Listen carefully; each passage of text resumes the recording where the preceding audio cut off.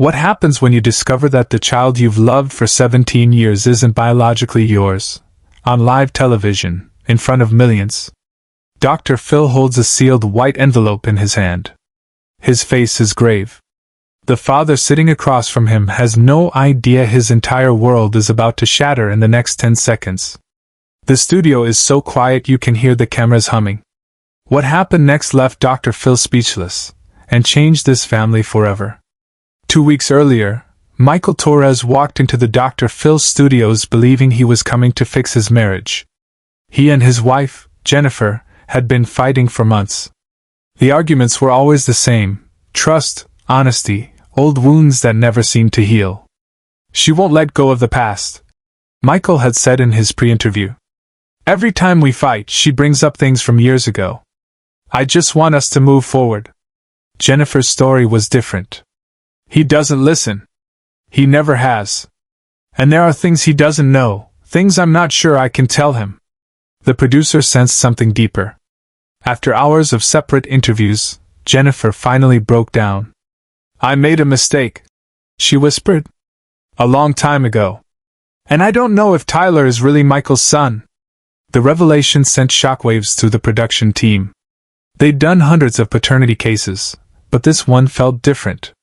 Tyler was 17. He'd grown up with Michael as his father.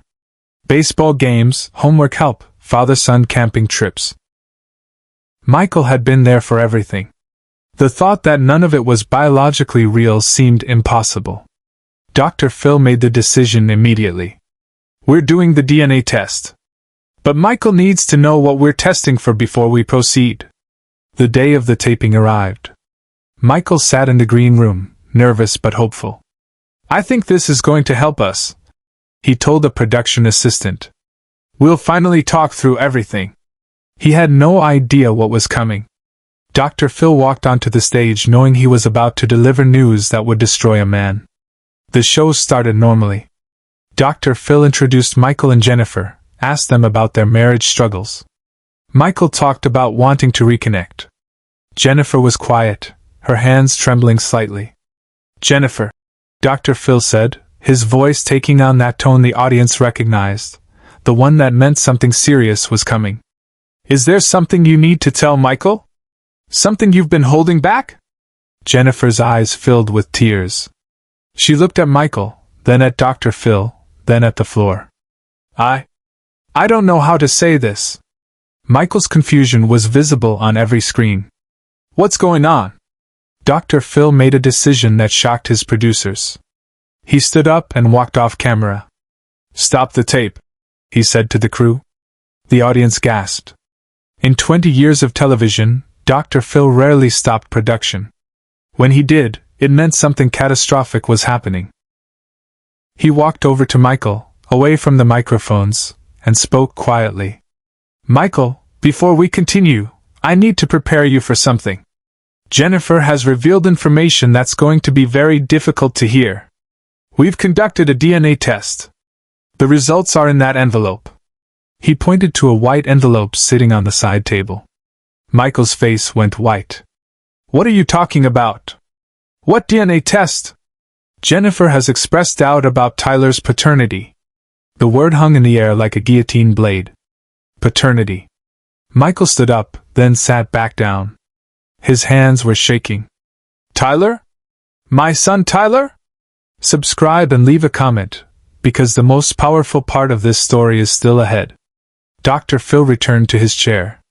The cameras were rolling again. The audience was completely silent. No one moved, no one whispered. "Michael," Dr. Phil said gently, "I want you to know that whatever happens next, we have resources available. We have counselors backstage. We have support systems in place." Michael barely heard him. He was staring at Jennifer with a look of absolute betrayal. "How long have you known? How long have you wondered?" Jennifer couldn't meet his eyes. Since he was born. I wasn't sure. I thought maybe. I hoped." "You hoped?" Michael's voice cracked. "For 17 years? You let me raise him, love him, be his father, and you weren't even sure he was mine?" The pain in his voice was something no one in the studio would ever forget. Dr. Phil let the moment breathe. He knew when to speak and when to let silence do the work. The cameras captured every detail: Michael's clenched jaw, Jennifer's tears, the audience members wiping their own eyes. "Michael," Dr. Phil finally said, "the results are in this envelope. Before we open it, I need you to understand something. No matter what this paper says, you have been Tyler's father for 17 years. You have raised him, loved him, shaped who he is. Biology is just one part of what makes a father." Michael shook his head. Don't try to soften this. Just open the envelope." Dr. Phil looked at Jennifer. "Do you want to be here for this?" Jennifer nodded, tears streaming down her face. What happened next is something no one in the room, or watching at home, saw coming. Dr. Phil opened the envelope slowly. He read the results once, then twice. His expression changed, something the audience rarely saw. He looked genuinely shaken. "Michael," he said quietly, "according to this DNA test, you are not Tyler's biological father." The words landed like a physical blow. Michael doubled over in his chair, his face in his hands. A sound came from him, something between a sob and a moan, that made even the camera operators look away. Jennifer was crying openly now. "Michael, I'm so sorry. I'm so sorry." "Who?" Michael's voice was muffled through his hands. "Who is his father?" Jennifer hesitated. Dr. Phil leaned forward. "Jennifer, he deserves to know." "Mark," she whispered. "Your brother Mark." The studio erupted in gasps. Dr. Phil himself looked stunned. In 2 decades of television, he'd seen many betrayals, but this one cut differently. Michael's head snapped up. "My brother? You slept with my brother?" Off camera, Dr. Phil made a choice no producer expected. He stood up again and walked to Michael. "We're going to take a break. Michael, come with me." He led Michael backstage, away from the cameras, away from Jennifer, away from the audience. A production assistant later described what happened. Dr. Phil sat with Michael in a private room for 20 minutes, just the two of them. No cameras. No microphones. Just 2 men talking about pain, betrayal, and what comes next. When they returned to the stage, Michael looked different. Still devastated, but composed. He sat down and looked directly at Jennifer. "I need you to leave," he said quietly. "Get out of my house. Today." Jennifer nodded, unable to speak. Michael turned to Dr. Phil. "What do I tell Tyler? How do I look at my son, because he is my son, and tell him this?" Dr. Phil paused mid-sentence. The studio went completely silent. "You don't," Dr. Phil said firmly. "Not today. Not this week. Maybe not ever, depending on what Tyler needs." He leaned forward, his voice taking on that authoritative tone that had guided millions through impossible situations. "Michael, listen to me. That boy has known you as his father for 17 years. You have changed his diapers, taught him to ride a bike, helped him with homework, been there for every milestone. A piece of paper with DNA results doesn't erase any of that. But he's not mine," Michael said, his voice breaking again. "He is yours," Dr. Phil said forcefully. "He's yours in every way that matters. You didn't just provide biology, you provided love, guidance, presence, sacrifice. That's what makes a father." The audience was on their feet, some crying, some nodding. Dr. Phil reached into his jacket pocket and pulled out a business card. He handed it to Michael. "This is my personal therapist. I've already called him. He's expecting you tomorrow morning. No charge. We're also setting you up with family counseling, whenever you're ready to include Tyler." Michael took the card with shaking hands. "What about Jennifer? And Mark?" Dr. Phil's expression hardened. "That's your decision.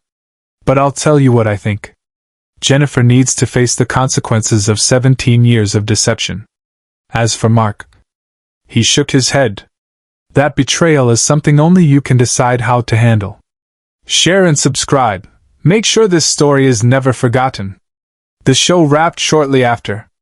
Michael left through a private exit, avoiding reporters and cameras. Jennifer had already been escorted out. The audience filed out in near silence, many still wiping their eyes. Backstage, Dr. Phil sat in his dressing room, unusually quiet. His longtime producer, Carla, knocked softly. "That was one of the hardest I've seen." Dr. Phil nodded. "That man just had his entire reality shattered. And somewhere, a 17-year-old boy has no idea his world is about to change." "Are you going to follow up?" Carla asked. "Already scheduled. 3 months from now.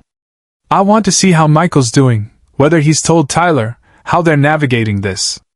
3 months later, Michael returned to the show.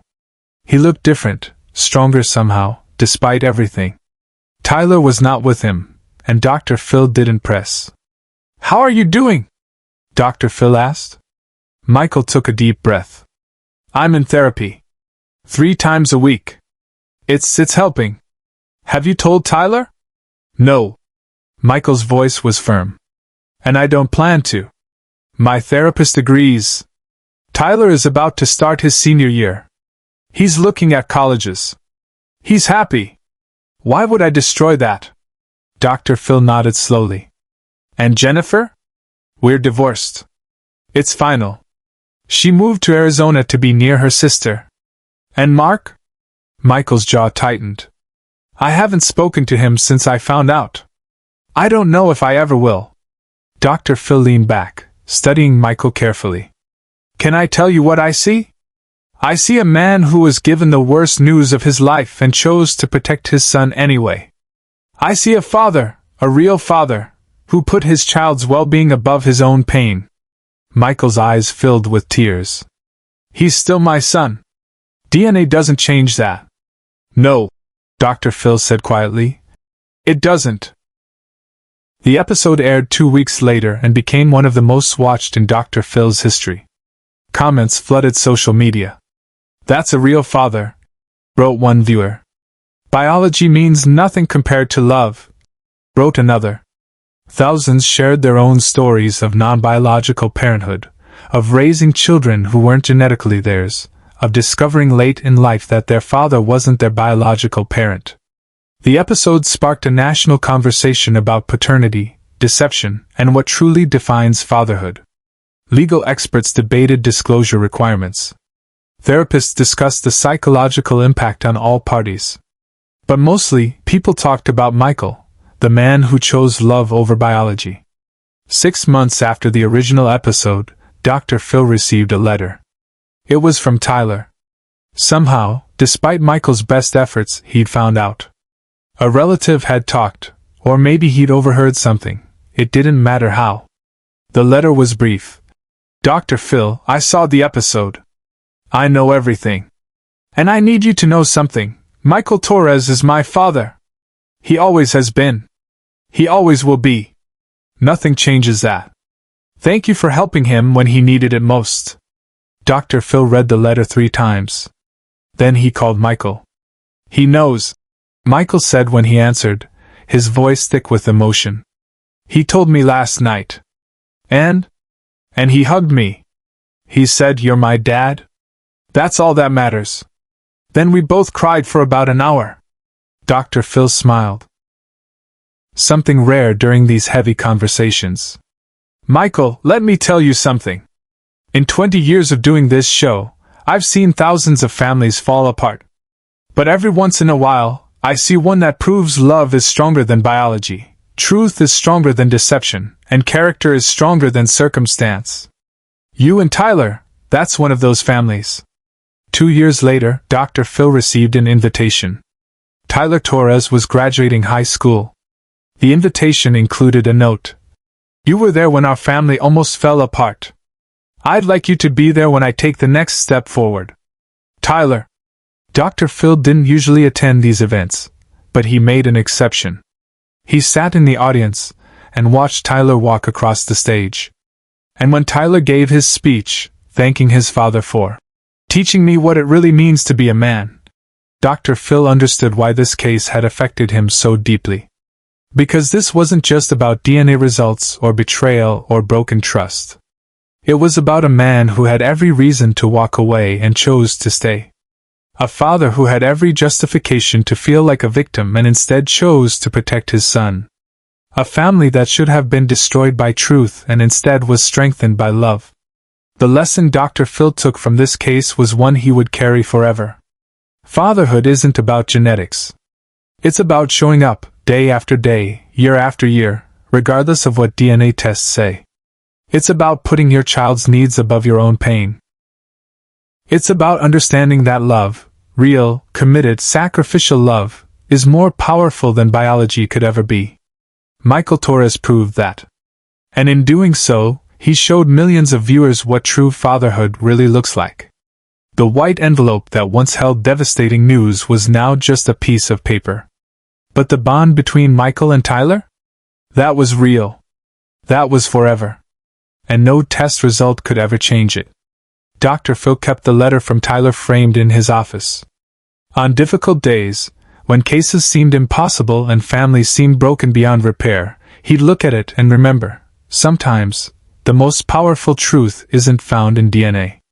It's found in love, commitment, and the choice to be a father, no matter what. Years later, producers would call this the episode that changed everything. Not because of the drama or the revelation, but because of what Michael chose to do with his pain. He transformed devastation into dedication, betrayal into a deeper bond with his son. The white envelope became a symbol, not of destruction, but of the moment one man decided that love was stronger than genetics.